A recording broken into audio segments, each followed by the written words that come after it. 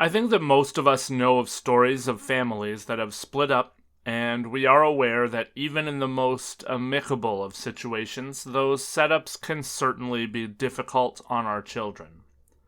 This week, we're going to look at a case where, in hindsight, it seems that the system that we put into place to protect our children may have had a hand in forcing an issue that led to the death of a very young boy who had his entire life ahead of him. Perhaps even worse yet were the lengths that were taken by the guilty party in this case to avoid being caught, which in turn caused even more stress and concern for the family of the young boy who was murdered. This story, like far too many of them, comes with twists and turns and an end result that could not have possibly been more horrifying. Hello, my name is Lance, and welcome to episode 107 of Gone But Never Forgotten, covering up crime, the murder of Dylan Redwine.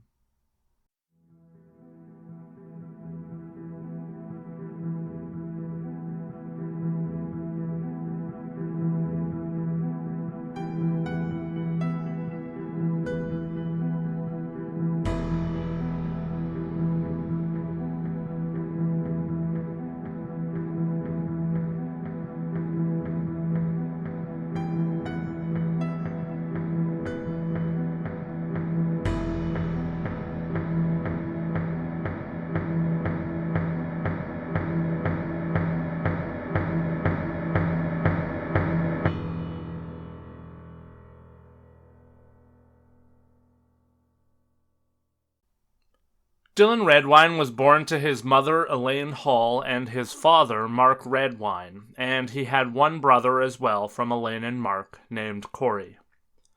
Dylan's life had certainly gone through a few transitions, having moved a few times, including not too long before this episode takes place, when he had moved from southwestern Colorado to Colorado Springs with his mom, Elaine, and his brother, Corey. That move happened when Dylan was in junior high, so he learned how to be adaptable to change. It didn't take Dylan long to make friends anywhere that he went, and he was described by friends as a fiery kid that was known to have a short temper from time to time, but who was very popular and fun to be around. Dylan sounded like he was unapologetically himself, and when he decided to follow through on a plan, I can only assume that he always intended to see that plan through to conclusion. Dylan had a plan for the next time that he went to visit his father, Mark Redwine, because Dylan was seemingly not interested in having any kind of relationship with his father anymore. Dylan was at the center of a custody battle between Elaine and Mark, and that had made life a living hell on more than one occasion. The problem was that the fight was taking up time, money, and effort, and both Dylan and Corey had made it clear that they wanted to live with Elaine. The relationship between Mark and his sons had seemingly started to degrade over the previous couple of years, but it had come to a head on a recent trip when both Corey and Dylan were with their father and they had found photographs on his laptop. The photographs were of Mark wearing women's lingerie, and he appeared to be eating feces out of a diaper. Suffice to say, the boys were appalled by what they had seen, and that had probably been the point where they lost whatever respect that they had left for their father. Corey decided that he was not going to see Mark anymore, and he had forced the issue by having a fight with Mark over text using said photographs. He had sent Mark one of the photos and said, quote, "Hey, sweetheart, you are what you eat," unquote. Dylan, however, was still of the age where the court could mandate that he go to visit his father, and that is exactly what happened. They mandated that Dylan needed to go to see his father for Thanksgiving weekend. Dylan was not happy about it, and everyone knew it. He told his mom, He told his friends, and I am sure that he told Mark also. However, because of the custody battle, Elaine was not able to step in and stop Dylan from going. Her attorneys had told her that doing so could see her face jail time, and it would severely hurt her standing in the custody battle as well. Dylan finally made up a plan in his mind that he was going to cause a scene and force a falling out between his father and himself, much like Corey had done when he called Mark out about the photographs. He intended to show the photographs to Mark as proof that Mark was full of it, and as proof that Dylan was much better off with Elaine and Corey than he was with Mark. There was obviously a lot of water under the bridge in this relationship, but it's still hard to hear that a father-son relationship had come to this. It always breaks my heart when you hear about people going through things and situations similar to this one. And so, on November 18th, Elaine would put Dylan on a plane against her own better judgment because she knew that Dylan was very upset about being forced to go. She was not aware, however, that Dylan had plans to confront his father in any way. She did not know that Dylan was essentially planning to end the custody battle on his own by forcing Mark out of his life. Video footage would later be found of Dylan and Mark after Mark picked him up at the airport. The two seemed to be distant and not converse much, if at all, which investigators would later find very suspicious, of course. There was then video footage that showed Mark and Dylan at Walmart, but then they went their own separate ways when they arrived, and again didn't have very much interaction considering that they had not seen one another in some time. Those images and videos certainly show that the relationship had many issues, in my mind at least. On the flight, Dylan had also made plans with a friend who lived near to Mark, and the two had made plans for Dylan to sleep over at the friend's house that night. When Dylan told Mark that he was going to sleep at the friend's house, Mark was angry and told Dylan that he was not allowed to go for the sleepover. Dylan would later text his friend and tell him that Mark did not approve of the sleepover and that he would instead come over first thing in the morning at 6:30 a.m. It's believed that the argument over the sleepover may have been the argument that started whatever interaction happened between Mark and Dylan, but we will get to that in a minute. The next morning, on the 19th, Dylan's friend woke up and was surprised that Dylan did not show up on time. The friend knew that Dylan would be desperate to get out of Mark's house and expected him to be early, if anything. When the friend had not heard from Dylan by 6:45 a.m., he sent a text because he found it incredibly weird that Dylan would choose to stay at Mark's. Mark would say that he left the house around 7:30 a.m. and that he had errands to run. He said that when he arrived back at the home at 11:30 a.m., he found a half-eaten bowl of cereal on the table, and he said that Nickelodeon was on the television, but Dylan was nowhere to be found. Mark would tell investigators that he then called around to Dylan's friends to see if anyone had seen him, and he also called Elaine, Dylan's mother, to tell her that Dylan was missing. At 6 p.m., Mark would finally file a missing persons report with the police. Meanwhile, Elaine had started on the 6-hour car ride that was the trip from Colorado Springs, and along the way she did find time to send a text message to Mark. She told Mark that Dylan would have never just left the house to run away, because there was no need to. He would have certainly called her if he was going to run away. She told Mark immediately that she was very suspicious of him regarding Dylan's disappearance. Meanwhile, police took the missing report very seriously, and it didn't take long before there were officers and members of the community out in force to try to search for Dylan in the forested and mountainous areas that surrounded Mark's home. as all of these members of the community that were strangers, essentially, to Dylan, were out with torches and flashlights, quite literally risking their lives looking for Dylan. There was someone that was missing from the search party, and that was Mark. Mark was at home, and by 11 p.m. he was asleep with all of the lights off inside of his home. This would certainly be one of the first things that came out that started to turn the mob on Mark. Nobody could understand how Mark could simply go to bed while his son was missing. Searches for Dylan would prove to be fruitless, sadly, and the FBI would join the search about a week in. Around that time, Elaine was very open with ABC News Radio when she said in an interview that she believed that Mark may have had something to do with Dylan's disappearance. She said that Mark was angry because Elaine had recently received primary custody of the boys and she wasn't sure what Mark was capable of.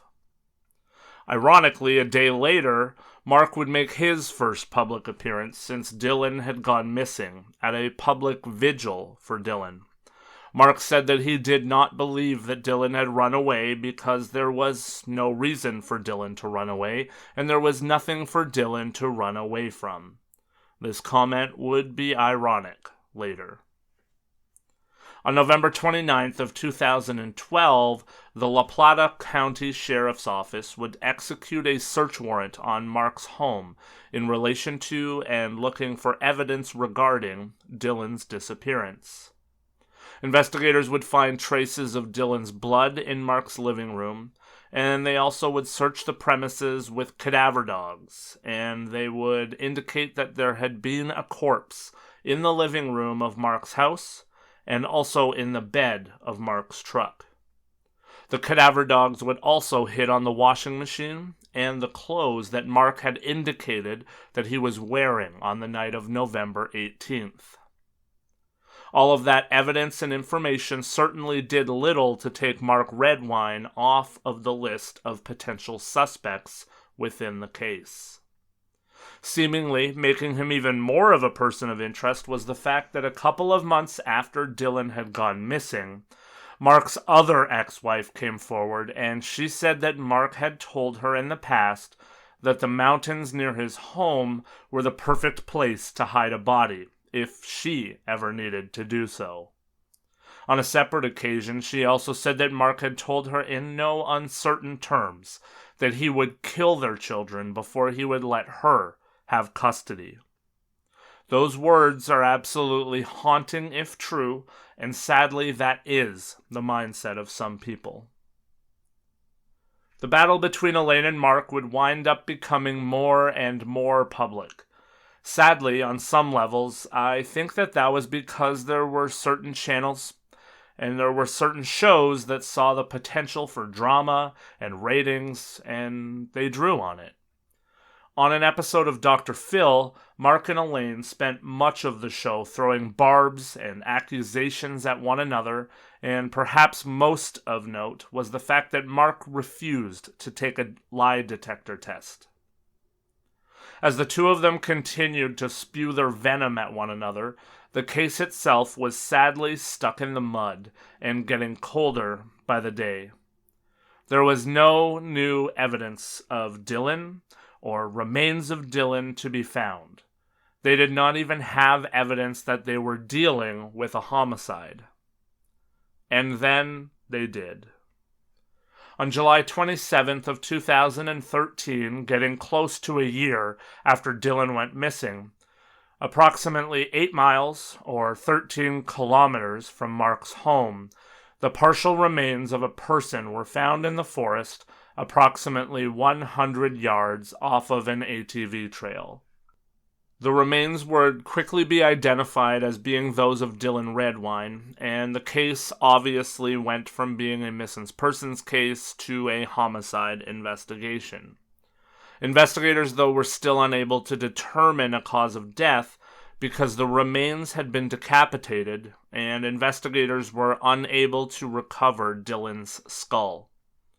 Unfortunately, the condition that Dylan's body was found in while showing foul play, did not show enough evidence to tell if the death had been caused by animals or a human being. For those that believed that Mark was a suspect in this case, the evidence obviously did nothing to clear him. It was reported that Mark did have an ATV and was known to use the trails in the mountains where Dylan's body was discovered. A witness also said that they had seen Mark on his ATV in the mountains nearby to where Dylan's remains were found back in April of 2013, just a couple of months before the remains were discovered. The witness would go on to say that Mark had left town after he returned from that trip into the mountains, and he refused to return home, even when Dylan's remains were found.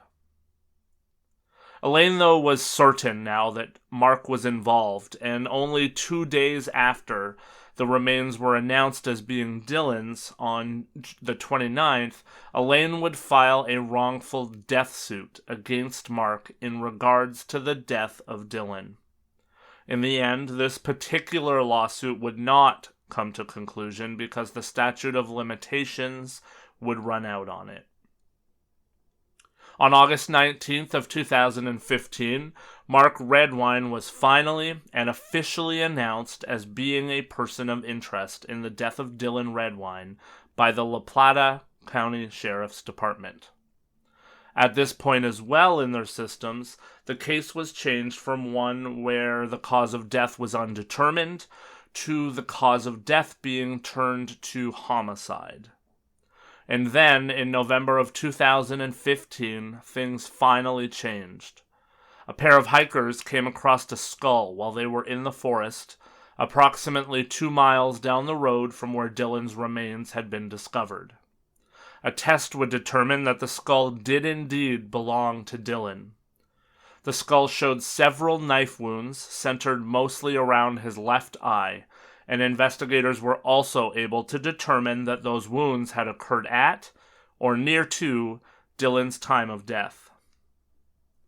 Wildlife experts from the area would announce that there were no animals native to that area that would remove or even move a skull 2 miles from the rest of the remains.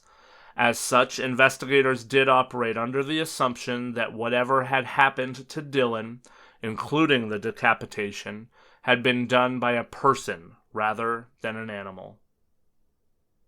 By this time, I think almost everyone believed that at the very least Mark had something to do with Dylan's death, and honestly, most people believed that he was in fact the guilty party. The evidence was stacked against him. Even the very beginning testimony that Mark had given, that Dylan had stayed home alone and had possibly ran away or been taken, seemed like a load of crap. The truth was that Mark didn't realize likely that Dylan had plans to see his friend on the morning of the 19th, and that Dylan would have certainly followed through on those plans and not stayed home when Mark apparently went out. On July 17th of 2017, almost 5 years after Dylan had been first reported as missing, Mark Redwine was arrested and charged with second-degree murder and child abuse after a grand jury indictment, when the grand jury decided that there was indeed enough evidence to convict Mark. As you can imagine, having slogged through 2 custody battles, Mark was already a pro at delaying things, and he would get help, of course, from his attorneys and from the COVID-19 pandemic as well. The pandemic itself delayed the trial 3 times. In 2021, though, the case would finally go to trial, and Mark had his day in court. The prosecution's case presented that Mark had been shown the photos that Dylan and Corey had found, and that Mark had in turn flown off the handle, and in a fit of rage he had attacked and killed Dylan, and later moved the body. The evidence, of course, was the cadaver dogs hitting on Mark's living room and the bed of his truck, combined with lots of circumstantial evidence that was uncovered along the way, like Mark not helping to search for Dylan. The goal was to prove that there was a very logical trail of evidence with which to construct what had happened. Conversely, the defense team said that things had been difficult between Mark and Dylan. They agreed that that much was a given. Obviously, many people would testify that Dylan had zero interest in seeing his father at all, so they needed to acknowledge that. However, they said that the fact would have likely been enough to drive Dylan mad and force him to leave the house on his own, perhaps with the intention of not returning. They said that those circumstances were just as likely as Mark being guilty, and it was certainly not out of the realm of possibility that he had been attacked by a wild animal or animals. Yes, they chose that defense, even though there was a lot of evidence that showed that wild animals was at best incredibly unlikely as a cause of death for Dylan. The trial largely centered around the testimony of Dylan's friends from Colorado Springs and from nearby his father's house. All of them stated that Dylan did not have any desire whatsoever to see his father again, especially over the Thanksgiving weekend. After a trial that lasted 5 weeks, though, the jury ultimately sided with the prosecution, and they came back after 6 hours of deliberation with a unanimous verdict that Mark Redwine was guilty of second-degree murder and child abuse. The case was then left in Judge Jeffrey Wilson's hands, and he would need to give Mark a sentence of somewhere between 12 and 48 years in prison. Judge Wilson would tell Mark, quote, "As a father, it's your obligation to protect your son and keep him from harm. Instead of that, you inflicted enough injury on him to kill him in your living room. After the passion of whatever caused you to act the way that you did subsided, you didn't think about Dylan. You thought about yourself. You sanitized the crime scene. You hid Dylan's body, and you went so far as to remove the head from the rest of his body." Unquote. Wilson would sentence Mark to 48 years in prison, and said that he would be credited for 1,540 days in custody between indictment and guilty verdict. Mark chose not to speak at the sentencing hearing, instead giving a written statement to the judge to read into court, and it said, quote, "Innocent of all charges, miscarriage of justice, fake conviction, and sham trial." He also said that he had shown remorse for things that he had done, and that he would appeal. Judge Wilson would also say, quote, "After all this time and listening to what was heard in this courtroom, you still take absolutely no responsibility for what you did to Dylan. I have trouble remembering a convicted criminal defendant that has shown such an utter lack of remorse for his criminal behavior." Unquote. Corey, Dylan's older brother, would say, "I believe the right sentence was given out. This has been 9 years of weighing on my mind and my body in ways that I can never describe. So, to think about how I felt for those 9 years and for his 48, it's still not enough for the previous 9 years.